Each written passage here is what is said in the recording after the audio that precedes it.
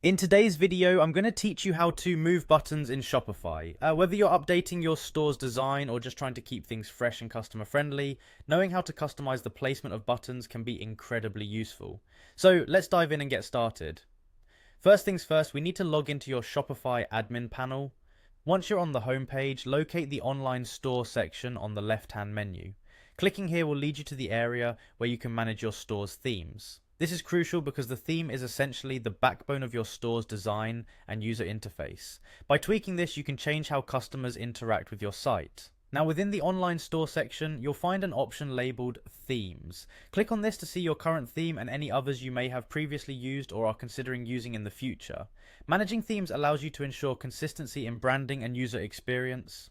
Once you've found your active theme here, you'll notice a button labeled Customize. Go ahead and click it. This will open the theme editor, a powerful tool that lets you visually edit your store's appearance without delving into the complex world of coding. You can see how changes will look in real time, which is fantastic for those who may not be technically minded but still want to have full control over the store's aesthetics.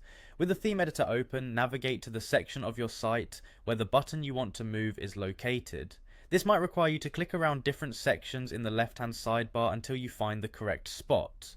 This part of the process might seem a bit daunting at first, but remember, it's all about trial and error to see what works best for your site layout. Once you've located the button, you will typically find an icon beside it that looks like two lines. This is the drag and drop handle. Click and hold onto this icon and then drag the button to your desired position, whether it's up or down within the section. This allows you to create a flow that makes sense for your visitors and highlights important calls to action.